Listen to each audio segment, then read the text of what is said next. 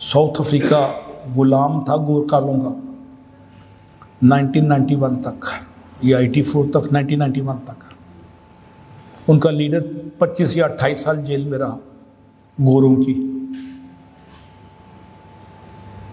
इसका नाम क्या था जी? Nelson Mandela. जब इक़्तिदार में आया, पावर में आया, एक दफ़ा होटल में गया तो वो जो होटल का मालिक वही था जिसने उसके मुंह में पेशाब किया था जेल में। मेरे जैसा जाहिल होता तो बदले लेता ना।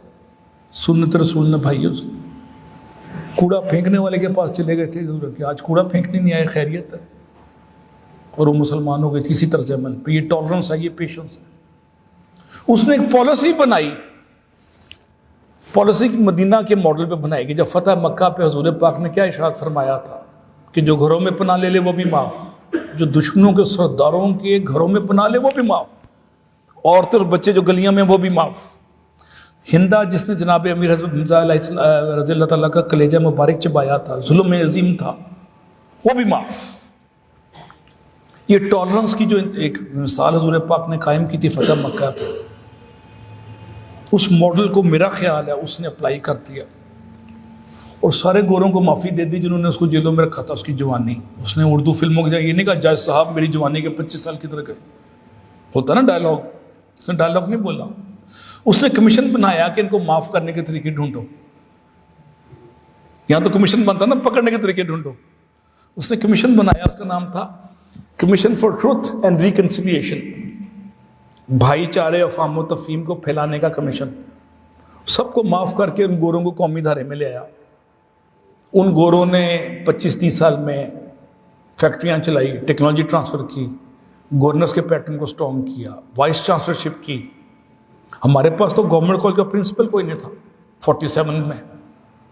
मेरे एक चचा नायब तहसीलदार थे अमृतसर में, वो पाकिस्तान बनते ही उसी दिन AC बन गए, 2-4 साल बाद DC बन गए, BA पास थे। हमारे पास गवर्नर्स के बंदे ही नहीं थे।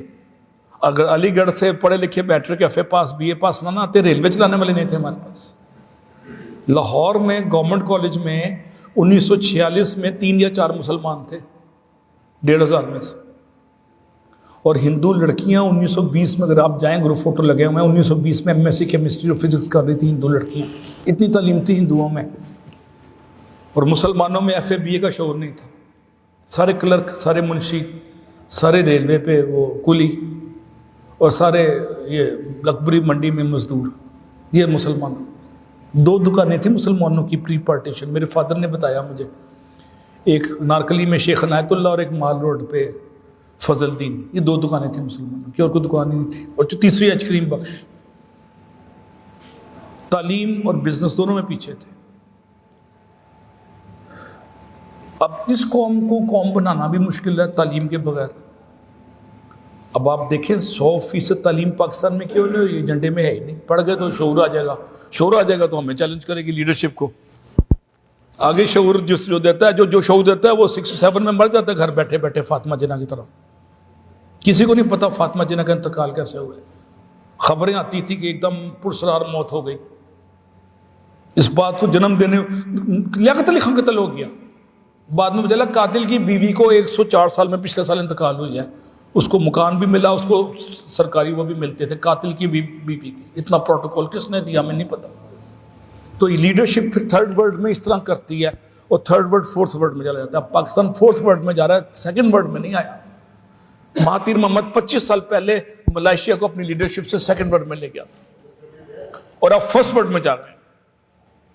अब जंप करने के लिए तैयार थे तो वो महातीर मोहम्मद इलेक्शन हार गया और दोबारा कब्जा ग्रुप आ गया, वो फिर करप्शन शुरू हो गई है, फिर गुफ्तगू हो रही है कि नीचे जा रहा है